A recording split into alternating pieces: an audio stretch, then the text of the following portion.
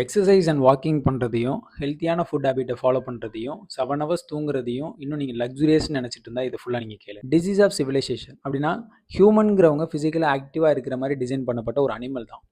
ஒரு இடத்துலேருந்து இன்னொரு இடத்துக்கு மூவ் ஆகிறதுக்கும் அவங்களுக்கு தேவையான ஃபுட்டை வந்து ஹண்ட் பண்ணி கேதர் பண்ணுறதுக்கும் ஒரு டேஞ்சரஸ் சுச்சுவேஷன்லேருந்து அவங்கள வந்து காப்பாற்றிக்கிறதுக்கும் சம்டைம்ஸ் சில எக்ஸ்ட்ரானரியான மூமெண்ட்ஸையும் திங்ஸையும் வந்து பண்ணுற மாதிரி படைக்கப்பட்டவங்க தான் ஹியூமன்.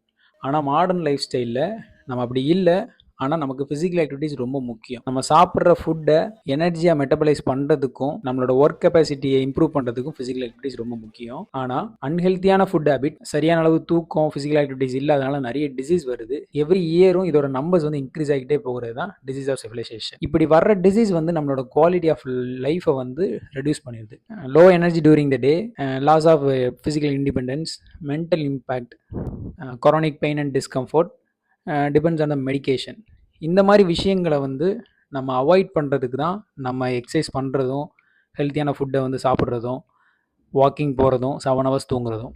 நிறைய பேர் கேட்கலாம், இது வந்து இந்த கண்டிஷன் எல்லாம் வர்றதுக்கு முன்னாடி தான் நான் இந்த விஷயங்களை ஸ்டார்ட் பண்ணியிருக்கணுமா அப்படின்ட்டு. அப்படி இல்லை, இந்த கண்டிஷன் வந்ததுக்கப்புறமும் நம்ம இதை வந்து எக்ஸசைஸ் ஸ்டார்ட் பண்ணலாம், ஃபுட் ரொட்டீனை வந்து கரெக்ட் பண்ணலாம். அந்த மாதிரி நீங்கள் பண்ணுறதுனால உங்களோட குவாலிட்டி ஆஃப் லைஃப்பை வந்து இம்ப்ரூவ் பண்ண முடியும். உங்கள நிறைய பேருக்கு ஃபிசிக்கல் ஆக்டிவாக இருக்கிறதுக்கு ஆசை இருக்கும், ஆனால் எங்கேருந்து ஸ்டார்ட் பண்ணணுங்கிற ஒரு ஐடியா இல்லாமல் இருப்பீங்க. அவங்களுக்காக நான் ஒரு அவுட்லைன் பிளான் வந்து கொடுக்கலாம் அப்படின்னு இருக்கேன்.